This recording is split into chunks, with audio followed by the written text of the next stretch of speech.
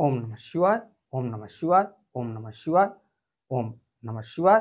आपको फिर पुनः ले चलते हैं भोलेनाथ के श्री शिव महापुराण की कथा रुद्र संहिता के सती खंड के 35वें अध्याय में, जिसमें आपको मिलेगा दक्ष द्वारा यज्ञ की रक्षा के लिए भगवान विष्णु से प्रार्थना करना और भगवान का शिवद्रोह जनित संकटों को टालने में अपनी असमर्थता बताते हुए दक्ष को समझाना तथा सेना सहित वीरभद्र का आगमन।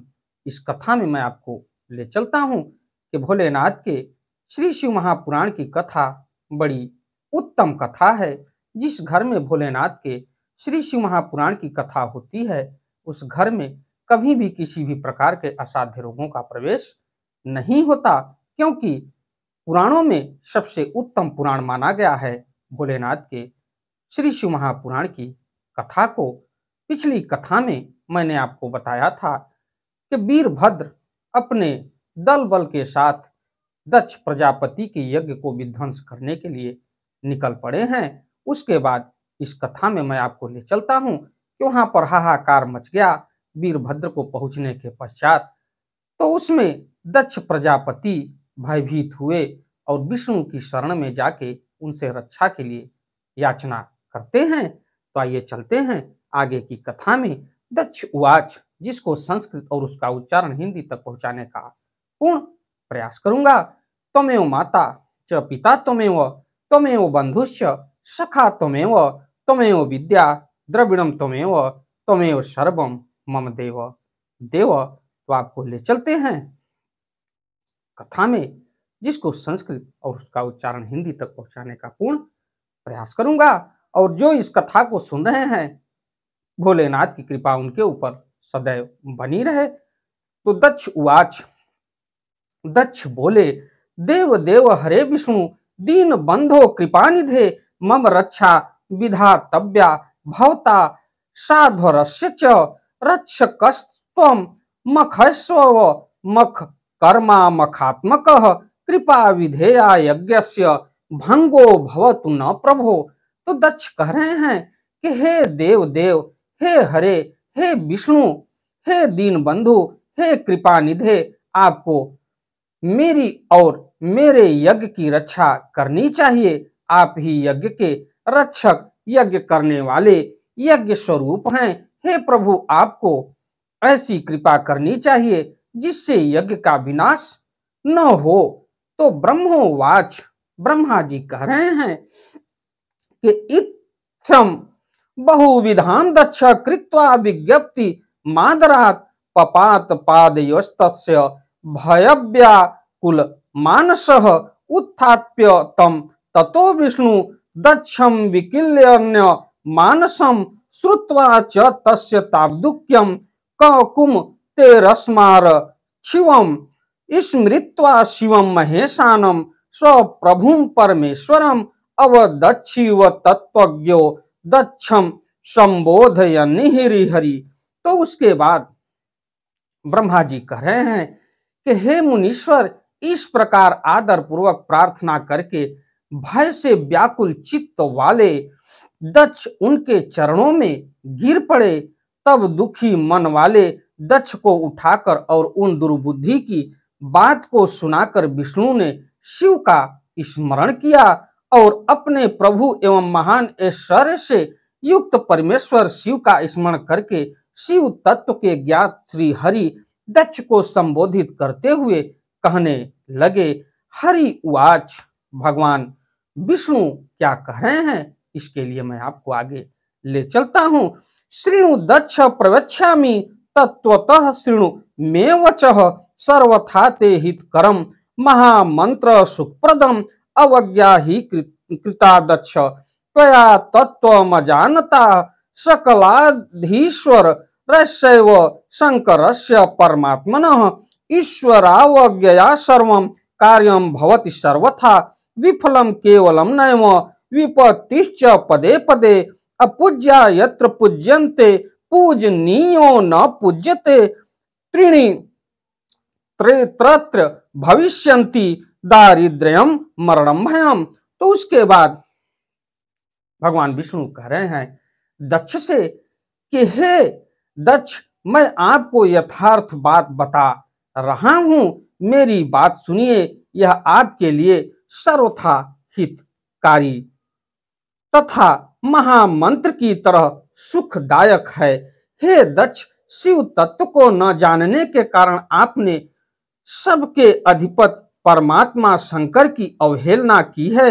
ईश्वर की अवहेलना से सारा कार्य न केवल सर्वथा निष्फल हो जाता है, अपितु पग पग पर विपत्ति भी आती है। जहां अपूज्य लोगों की पूजा होती है और जहां पूजनीय की पूजा नहीं होती, वहां दरिद्रता, मृत्यु एवं भय, ये तीन अवश्य होंगे। तो भोलेनाथ के श्री शिव महापुराण की कथा में ऐसा मिलता है। और आप भी इस पर विचार करिएगा कि जो आपका पूजनीय हो उसकी पूजा करते हैं तो आपको कभी भी किसी भी प्रकार का कष्ट और आपके किसी भी मांगलिक कार्य में विघ्न नहीं आएगा। और जो पूजनीय है उसको छोड़ के जो अपूजनीय है उसकी पूजा करेंगे तो आपके घर में कष्ट, विपदा, दुख, दरिद्रता का वास रहेगा और आपका कोई भी मांगलिक कार्यक्रम पूर्ण नहीं होगा। जैसे भोलेनाथ के श्री शिव महापुराण में भगवान विष्णु ने दक्ष प्रजापति को समझाया कि भोलेनाथ से इस धरातल पर कोई भी उनसे बैर रखने वाला नहीं है, और जो बैर रखा वो नष्ट हो गया। भगवान विष्णु समझा रहे हैं दक्ष प्रजापति को कि कौन पूजनीय होता है, कौन अपूजनीय होता है। तो उसके बाद तस्मात् सर्व प्रयत्नेन माननीयो वृषभध्वजः अमानितान् में हर्षाश्च महब्द यम पस्थितम। तो अद्यापि न वयम सर्वे प्रभवः प्रभवामहे भवतो दुर्नयनेव मया सत्य मुदीर्यते। तो इसलिए संपूर्ण प्रयत्न से तुम्हें भगवान वृषभध्वज का सम्मान करना चाहिए। महेश्वर का अपमान करने से ही आपके ऊपर महान भय उपस्थित हुआ है। हम सब लोग प्रभु होते हुए भी आज आपकी दुर्नीति के कारण कुछ भी करने में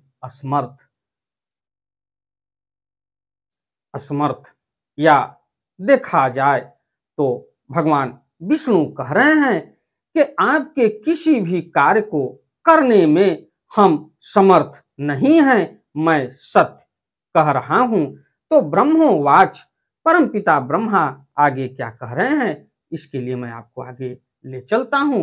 विष्णुस्तदवचनं श्रुत्वा दक्षश्चित्तापरो विवर्णवदनो भूत्वा तूष्णीमासीद्दुवीत स्थिता। एतस्मिन्नन्तरे वीरभद्रः सैन्य समन्वितः अगच्छध्वरं दक्ष ध्वरं रुद्र प्रेरितो गणनायकः। पृष्ठे केचित् समायात गगने केचिदागताः दिशश्च विदिशः सर्वे समावृत्या तथा परे सर्वागया गणासुरा निर्भया रुद्र विक्रमाः असंख्या सिंहनादान्यव कुर्वन्तो वीरसत्तमा। तेन नादेन महता नादितं भौ न त्रयं रजसा चावृतं व्योम तमसा चावृता दिशः। शक्तिदीपान्विता पृथ्वी चंचलाति भयाकुला सशैलकानान तत्र चक्षुभिः सकलाब्दयः। एवं भूतं च तत्सैन्यं लोकक्षयकरं महत् दृष्ट्वा च विस्मिताः सर्वे बभूवरम मादयः। सैन्योद्योगम थालोक्य दक्षाश्चंग मुखाकुलः दंडवत्पत्तितो विष्णु सकलात्रो भयभासतः। तो परमपिता ब्रह्मा कह रहे हैं कि हे नारद, विष्णु का यह वचन सुनकर दक्ष चिंता में पड़ गए। उनका मुख तथा उनके चेहरे का रंग फीका पड़ गया और वे चुप होकर पृथ्वी पर खड़े रह गए।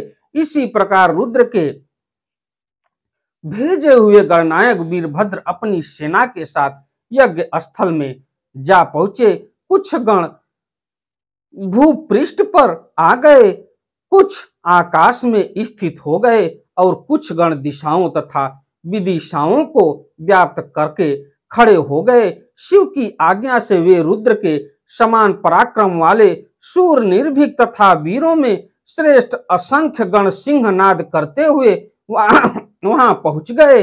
उस घोर नाद से तीनों लोकों में गूंज उठे, आकाश धूल से भर गया और दिशाएं अंधकार से आवृत हो गई। सातों दीपों से युक्त पृथ्वी भी भय से अत्यंत व्याकुल होकर पर्वत और वनों सहित कांपने लगी तथा सभी समुद्र विक्षुब्ध हो उठे। समस्त लोकों का विनाश करने वाले इस प्रकार के उस विशाल सैन्य दल को देखकर समस्त देवता आदि चकित रह गए। इस सैन्य उद्योग को देखकर मुख से रक्त का वमन करते हुए वे दक्ष पत्नी सहित विष्णु के चरणों में दंड की भांति गिर पड़े और इस प्रकार कहने लगे। दक्ष अपने पत्नी सहित विष्णु के चरणों में गिर पड़े और क्या कह रहे हैं इसके लिए मैं आपको ले चलता हूं।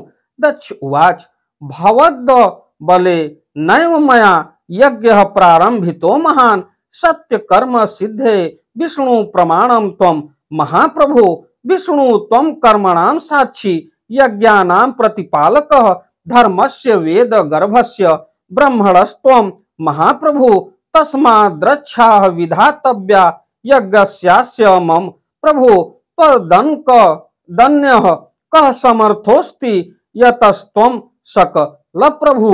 तो उसके बाद दक्ष कह रहे हैं कि हे विष्णु, हे महाप्रभु, आपके बल से ही मैंने इस महान यज्ञ को आरंभ किया है। सत्य कर्म की सिद्धि के लिए आप ही प्रमाण माने गए हैं। हे विष्णु, आप कर्मों के साक्षी तथा यज्ञ के प्रतिपालक हैं। हे महाप्रभु, आप वेद सार सर्वस्व धर्म और ब्रह्मा के रक्षक हैं। अतः हे प्रभु, आपको मेरे इस यज्ञ की रक्षा करनी चाहिए। आपके अतिरिक्त दूसरा कौन समर्थ है, क्योंकि आप सबके प्रभु हैं। इसी के साथ मैं अपनी वाणी को विराम देता हूं।